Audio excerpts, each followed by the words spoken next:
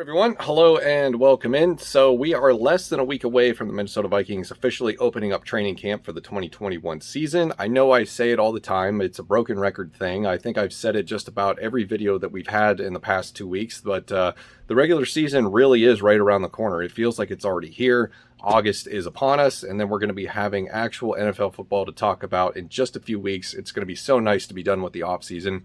But until then, we still have some stuff that we can discuss and revisit some discussions we've already had, which is what we're going to do today. Because if you remember last week, we talked in a video about what our expectations are for the Minnesota Vikings in 2021. Remember, is this the year of the Vikings? What can they accomplish? What do we believe that they can accomplish? Do we believe that they can get to a Super Bowl? Do we believe that they're a deep run playoff team, et cetera, et cetera? And the launching point for that video was the comment made by Anthony Barr saying that he believes that this team is a Super Bowl winner. So we get to circle back to that conversation today because of a story published in Bleacher Report a few days ago that we're going to talk about right now.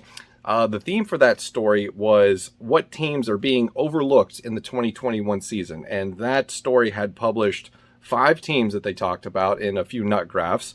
And I was surprised to see the Minnesota Vikings on this list. And my surprise didn't last very long because, I sort of came up with, well, what are the counter arguments to this specific story or this specific narrative? We here at School Ohio, myself included, and I think I speak for a lot of people, believe that this team can be really good this season and that it should be a playoff team, and we've discussed why. So today I'm going to give you the rundown of what's in the article, why they believe that the Minnesota Vikings are being overlooked, and then at the end sort of give you my take on why I think people might be down on them this year heading into the regular season. So the 5 teams that were published in this story that Bleacher Report, the specific author, believes are being overlooked in the 2021 season are the Vikings, the Lions, the Raiders, the Falcons, and the Steelers. So quick takes on, the other 4 teams listed in this story. The Lions and the Falcons, I don't think that anybody's sleeping on them. I think the Lions are probably going to be bad this year. I think they have one of the worst rosters outside of Houston. I'm on the record of having said that multiple times. The Falcons are an enigma to me. They have a new head coach who I do really like in Arthur Smith.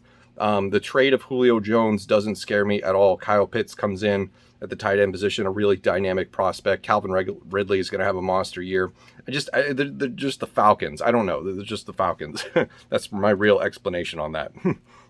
And then as far as the Raiders and Steelers go, yeah, I could see them being slept on. The Raiders are in a really tough division, as are the Steelers, and the Steelers are coming off a disappointing collapse last year, so they really wouldn't be really on anyone's radar given what has happened to them this offseason where their offensive line has been decimated.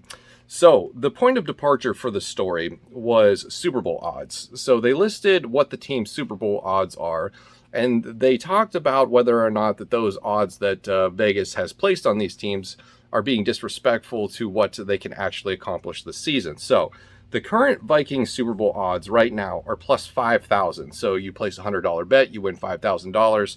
According to the story, that's a bottom 12 ranking. So that's actually pretty low. And I myself kind of thought, I think they should be at least in the middle of the pack. There's a lot of things to like about Minnesota. The author goes on to talk about 6 key points on why this isn't a Super Bowl odds ranking that's reflective of the talent that's on the squad and why they should actually be a good team this year. So just in no particular order, and just to summarize real quick, they talked about Kirk Cousins, having a solid second half last season and still being a very productive quarterback. The O-line has gotten some attention this year with Christian Darrisaw and Wyatt Davis being drafted. Dalvin Cook is still elite. Justin Jefferson and Adam Thielen are one of the best wide receiver duos in the league. They spent a lot of money this offseason rebuilding the 27th ranked defense, plugging in key free agents at positions that were detrimental to them last year.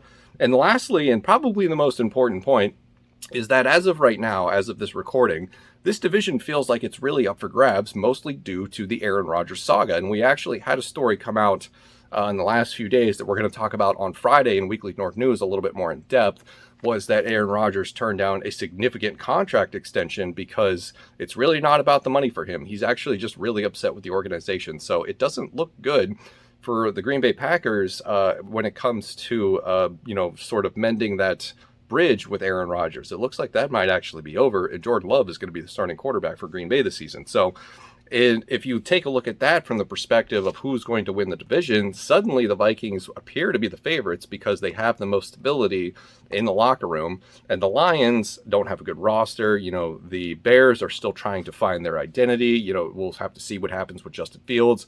And the Packers, I would like to argue, we should not rule them out until they are officially dead. You remember the reference I used to Die Hard in the last video that we talked about them. So those are all the reasons. Those are all very good reasons that I would agree with on why would be wise to place a bet on the Vikings this year to at least make a deep playoff run and potentially win a Super Bowl. So why would people be sleeping on the Minnesota Vikings this year? What reasonings could they have? Well, there's actually, I think, several that you could come up with a decent amount of arguments to make. So in no particular order, you have the unknown, the somewhat unknown, and Clinton Kubiak taking over as the offensive coordinator for his father, who is now retired. Is it going to be more of the same offense, or is he going to add anything new to this, or is it going to be something that turns into a John DeFilippo situation where the first half of the season it doesn't work out and he ends up getting fired?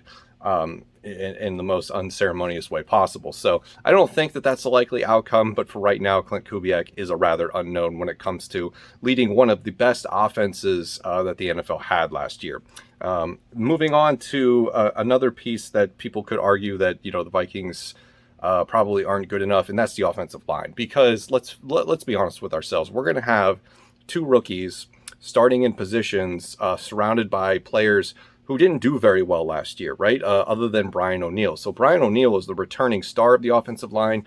Riley Reiff actually had a really good season last year, and Christian Darrisaw is going to have to play up to that for this offensive line to replicate at least some of the success that they had last season.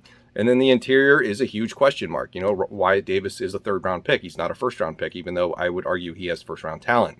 And then you have Ezra Cleveland, who's playing out of position, but should improve in year two, given that he knows he's going to be there this year. And then you have Garrett Bradbury, who is the enigma of the bunch, who absolutely needs to have a good year this year. Otherwise, that bust label is going to start to stick. And then finally, as we just, sort of briefly talked with the offensive line, is anything really fixed on this team? Because you remember the big headaches last year were the offensive line, namely pass blocking. Defense was bad last year, and it got progressively worse as time went on. And then special teams was also very bad last year, and it got progressively worse as time went on. So did we really fix those things? You could point to the free agent spending that happened in the offseason with the defense, Dalvin Tomlinson, Bashaud Breeland, Patrick Peterson, but what version of those players are we actually going to get? I don't really have any, thing negative to say about Dalvin Tomlinson not playing up to expectations, but Patrick Peterson's been kind of iffy for the past couple of years, and we don't know what Bashaud Breeland has left in the tank. You could point to Michael Pierce and Danielle Hunter coming back from their lost seasons of 2020, but those aren't changes that they had to make. That's just sort of a bonus that the Vikings just happened to luck into this year. You could point to the offensive line that we just mentioned being anchored by rookies. And then you could also point to the special teams not having an established kicker going into the season. Although you could argue against that, I guess, that we did have an established kicker going into the 2020 season, and look how that went. So, it's a mixed bag, really. You could have one argument to say, yes, this team is good. You could counter it with another argument saying, no, you're wrong. And then you can counter the counter argument in a manner that we just did, talking about the kicker, because, didn't have an established kicker this year. You did have one last year. It didn't work out. But are you still confident in a guy like Greg Joseph to do what needs to be done and put them in a position to win games, not missing kicks, actually getting field goals, and not having meltdowns? So that's sort of where we're at with this. And I think that there are reasons out there, and I've heard other analysts and podcasters talk about the Vikings in an 8-8 style of format where, they're really good, but are they good enough? And I think that's the vibe going into the season. So I'm of the belief that this team is better than it was last year. It all comes down to Mike Zimmer, and it all comes down to the players being able to execute the game plan. So we'll see how it goes. So let me know what you think in the comments below of the Super Bowl odds for the Minnesota Vikings being bottom 12 according to Vegas, and let me know what you think of the rest of the teams in the story. So thank you very much for watching. I will see you in the next one.